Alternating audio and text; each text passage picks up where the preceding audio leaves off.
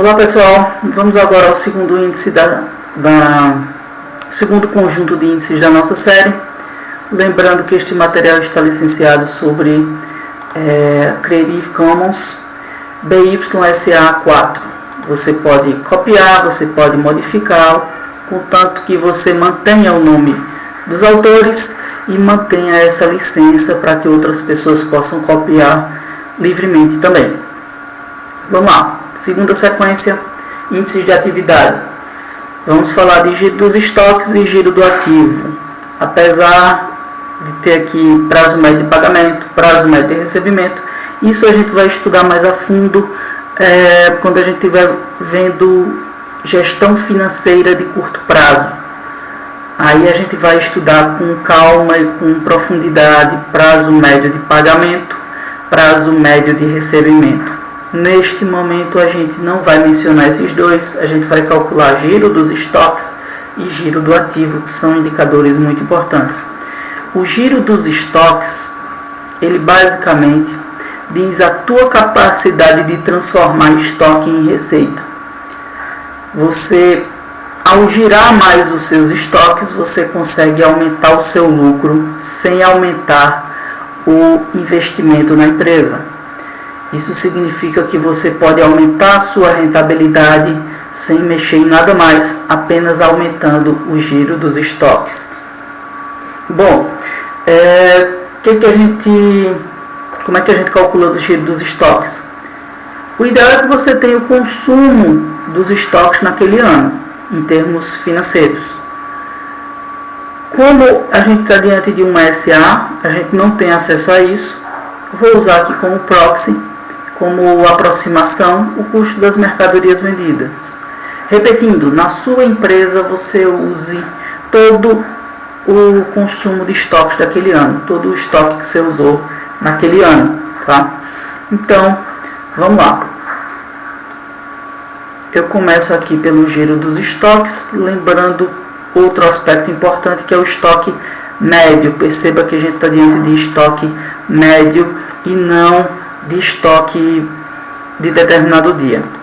Como o balanço patrimonial, ele não é um balanço patrimonial do ano, eu só tenho balanço patrimonial do dia, e esse é o balanço patrimonial do último dia de determinado ano. Daqui de nossa base de dados nós temos balanços patrimoniais do último dia do ano de 2010 até o último dia de cada ano, até o último dia do ano de 2015. Neste aspecto, a gente precisa lembrar que estoque médio não é estoque do último dia do ano. Então você deve perguntar: professor, como é que eu calculo estoque médio? Na sua empresa, pega o estoque de todo mês e tira uma média do último dia de cada mês ou do dia que você quiser de cada mês e tira uma média. Aqui a gente não tem isso. Eu vou pegar o estoque do último dia do ano anterior e o estoque do último dia desse ano e vou tirar uma média. Assim eu tenho uma aproximação do estoque médio daquele ano para aquela empresa. Como eu não tenho o valor de 2009, não dá para calcular o estoque médio de 2010, a gente vai começar por 2011. Lembrando que a fórmula é custo das mercadorias vendidas dividido por estoque médio, pelo estoque médio. Então eu vou colocar igual, sinal de igualdade, e o custo das mercadorias vendidas está na minha DRE. Vou pegar de 2011, lembrando disso. Na DRE, aí eu tenho valores realmente anuais, então é o custo das mercadorias vendidas do ano inteiro, do ano de 2011 inteiro. Então, peguei o custo da mercadoria vendida e vou dividir pelo estoque médio. O que eu faço aqui? Eu vou usar direto a fórmula média, abre parênteses, e vou colocar os estoques de 2010 e 2011, fechar parênteses, e vou teclar Enter, deu 6,6 o resultado. O que isso indica? Isso indica que a empresa consegue girar mais de 6 vezes o próprio estoque no ano, o que é um excelente giro de estoque. Lembrando que a gente tem que fazer uma ressalva que o custo dos produtos vendidos, o custo das mercadorias vendidas nesse caso não está perfeito aí. Mas de qualquer forma serve para comparar o setor.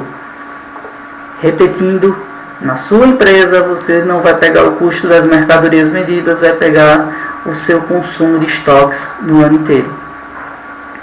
Indo agora para giro do ativo, calcular do giro dos estoques para giro do ativo, o que a gente faz? Vendas sobre ativo total. Mais uma vez, ativo total,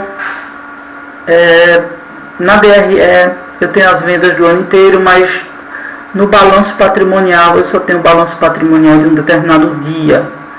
Eu não tenho o ativo total de determinado ano, então eu tenho que tirar uma média para não distorcer. Pode ser que a empresa tenha aumentado o capital próprio ao longo do ano e aí ficaria distorcida a informação. Então a gente vai fazer o seguinte: a gente vai pegar as vendas dividido pelo ativo médio total, pelo ativo total médio.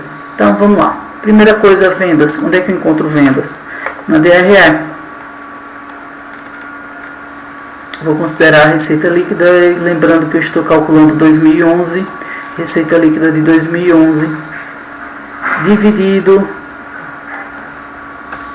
pelo ativo total médio. Então vou pegar a média e vou selecionar o ativo total de 2011 e 2010, lembrando que eu estou no último dia do ano, o balanço patrimonial do último dia do ano, então eu estou considerando aqui a média do meu ativo total em 31 de dezembro de um ano até 31 de dezembro do outro ano, então eu considero isso como ativo total médio.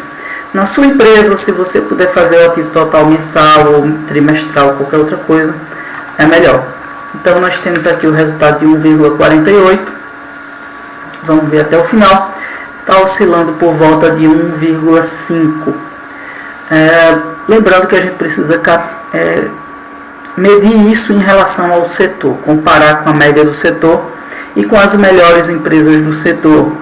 Se você está diante de uma fábrica, você vai ter um giro do ativo menor, porque você precisa de uma grande mobilização de capital. Se você está diante de uma empresa de comércio ou de serviços, o giro do ativo vai ser bem maior, porque você não precisa imobilizar tanto capital.